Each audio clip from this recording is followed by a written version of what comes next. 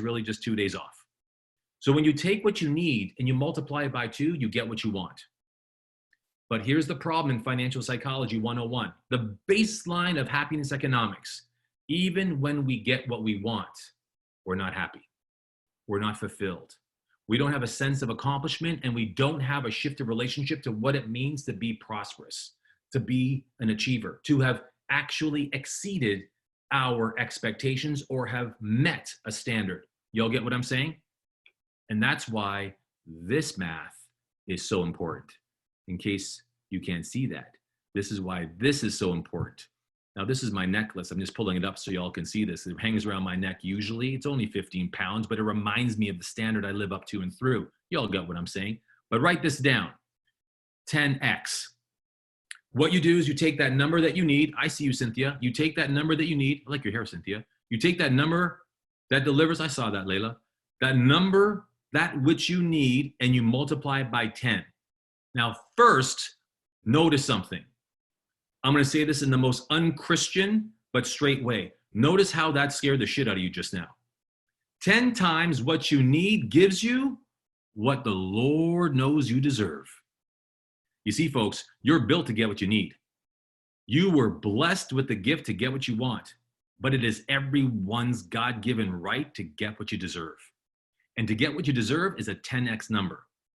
And that's why 10x is not just a symbol. It's not just an emblem. It's not just a vector or a tattoo for some. If you ever seen Ken Jocelyn's 10x tattoo, you should ask him one day. He'll take you across that line, but trust me, you'll be shocked as where he put it. But 10x is the standard you live up to and through. Write that down. 10x is a standard you live up to and through. And the older we get, the less standards we actually hold ourselves to account for. In other words, the older we get, the less of a demonstration we are for the standards we are. We become slippery, complacent, lazy. We make excuses. We squeeze into Lululemons and call that dress up. We buy bigger sizes and say, well, that's just what's next, rather than losing the weight, getting in shape, taking care of ourselves. We moisturize more rather than hydrating like we should. We compromise, we belittle, we downsize our values, our views, and the way in which we should govern ourselves and the performers we are on this planet, and we just make do. So the what you need multiplied by 2 gives you what you want. What you want isn't what you deserve.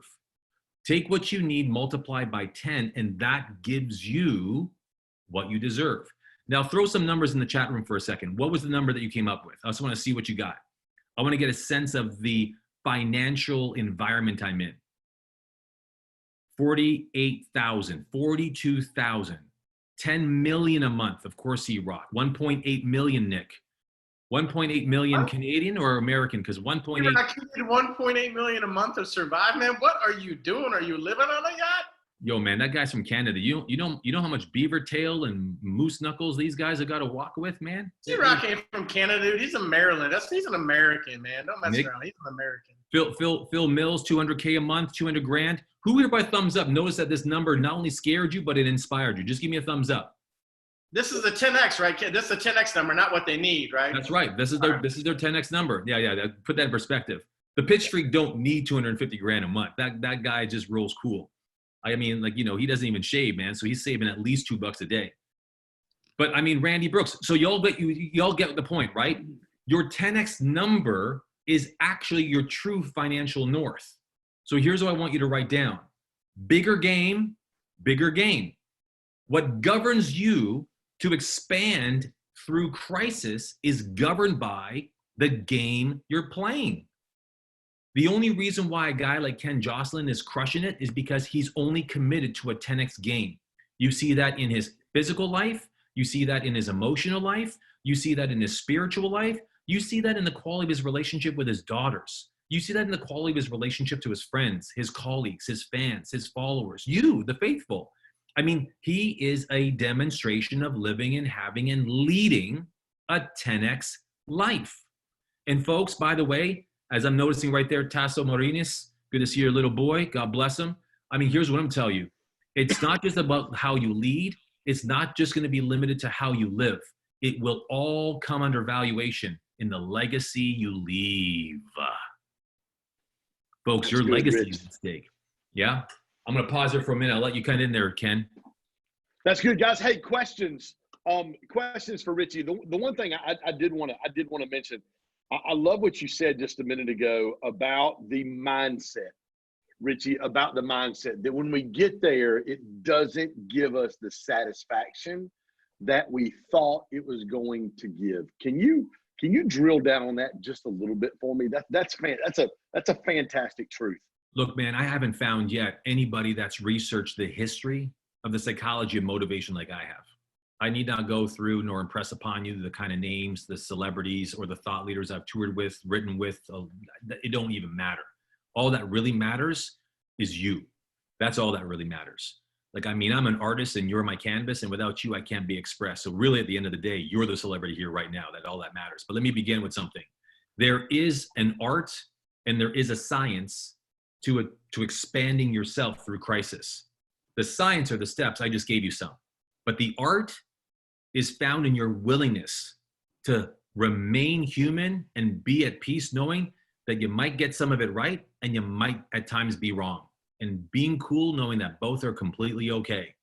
But more specifically to your question, Ken, is that in your mind, the moment you make a commitment, the first place that your mind goes for is affirmation, confirmation that you're in the right direction. And that's kind of why we quit diets or we stop supplements. For you old timers, you might remember back in the day, we used to take that protein shake that when you stir it, it looked like, mixed concrete. And if you were really inspired by the Rocky Balboas of the world, you put a couple of raw eggs in there. Well, you tried that regimen for what? A few days, maybe a few weeks, until your mother said, why are you going through all our eggs? Stop it, right? Or you started realizing, oh my God, I'm lactose intolerant. I got to stop it. But you'd measured yourself a couple of times on the scale, and when the scale doesn't move, guess what we do? We stop. So when the mind doesn't see the proof, it confirms the obvious. See, you put yourself at risk. So when you get affirmation, when you can see the positive potential, that is only when you actually then move to find more evidence. A real quick story, just really, really quickly, if I have the time, Ken. My son, for those who know my history, I've had an incredible career, one of which includes working with the Miami Heat in the time when they were making their championship run. Now, when that happened, I was a coach, an advisor to one of the players, Juwan Howard. Now, when I would go, I would take my son with me. Now, my son was very young at the time, small little guy. And when I was on one side of the court or one side of the building working with athletes, my son was hanging out with the kids, the young boys and girls of the athletes, hanging out, and guess what they were doing? Playing basketball. Well, week after week, when this would happen, my son would come back home and he'd want to play basketball. But there's not a single basketball bone in my body. Like, I'm half Brazilian. I'll dance, but I ain't going to be playing ball. Y'all get what I'm saying? And my son stunk. He was horrible. But because he played with these kids, he thought he was amazing. But in his mind, at 6 years of age, he's like, I'm one of the best players, I think, that's possibly here in our country of Canada, Dad. So what do you do as a parent? He's like, I want to go to house league. I'm like, fantastic. So now you spend $200 on a pair of shoes that he'll outgrow in a matter of hours, and you end up getting him in the league. And I got to tell you guys something. He played game in, game out. I got to keep my voice down because I'm actually at home. So he's right upstairs. He's probably like, yo, y'all talking about me? I'm 13 years old. I can hear you, man. But anyways, back to the point. He was on this court week after week, never scored a ball, never got a point, never made a shot, never caught a pass. And every time he came off the field to play, off the court, I'd say, son, are you okay? As a concerned parent, you know what he said? I'm getting better. Did you see them running around me? In his mind, he believed that he was a basketball player, and I didn't have the heart to tell him no. So guess what a really egotistical father would do? You hire a trainer to say, look, if I'm going to get embarrassed here with my son going and running around, and I'm a performance coach of the Miami Heat, man, I better get this kid learning how to play ball. Anyways, fast forward. My son is in the top 1% of basketball players at his age, plays for the Nike Signature Elite League. His godfather is Juwan Howard. And I mean, I'm so proud to call him a byproduct of incredible coaching. No kidding. Incredible believing. And I'm going to write that down. If it's going to be, it'll be up to me. And that's an old adage. But if you're going to aim for that standard, you can't complain the minute you break through it. And so for my son's a byproduct of sheer, not determination, but he knew nothing else. How innocent was that? How beautiful it is. But we wake up to the truth and the reality, and then we start talking ourselves into the 1X life. Let me just get by. Let me pay the bills, drive in the minimum, keep the lights on, keep ourselves fed, keep ourselves happy. And there's nothing wrong with that, by the way. This call is only about expanding ourselves through crisis, not surviving through crisis, right? No one here wants to come out of the quarantine and say, guys, we did it. We made it. Oh my God, we did it. Man, I gained 15 pounds. I feel heavier than ever. I finished watching everything Netflix. I think I crushed it. And I have no new skills. I got no new goals, and I got zero intentions. But how are you doing? No one wants to do that. No one wants to do that. This has been the perfect time for all of mankind to press reset and forget. Press reset and forget so that you can go out there and really aim for a bigger game. Back to you, Ken. Oh, well, Richie, Man, Richie, sorry, Ken, go ahead, brother. no, you're good. Go ahead. You got.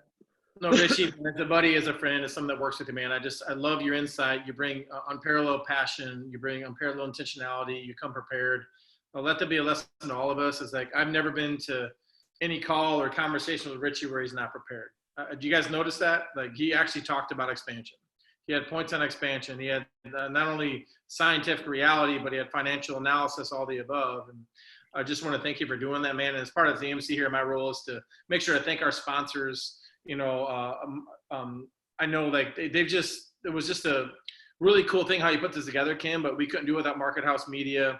We couldn't do it without Site Now. If you look in the chat, you guys can check them out there. They were able to bring this to the table. And by the way, that's why there's no offer at the end of this. There's no pitch. There's no sale. We just hope that the last, literally, guys, 2.5 hours, I can tell you this, one of the best 2.5 hours I've spent in the last 3 weeks. From what Richie brought to the table, to Tim's story, to Anthony, to on down the road, it's like, guys, wasn't it really good? Wasn't it just like a really solid C-Rock, man? You delivered. It was just like one of those things that touched my heart, challenged my mind, kicked me in the ass, kicked me out the door, whatever you want to call it. It was just one of those that were amazing. So, hey, Ken, I'm going to toss it back to you because you're going to close. I just want to thank you for putting this together, man. I thank you for your vision.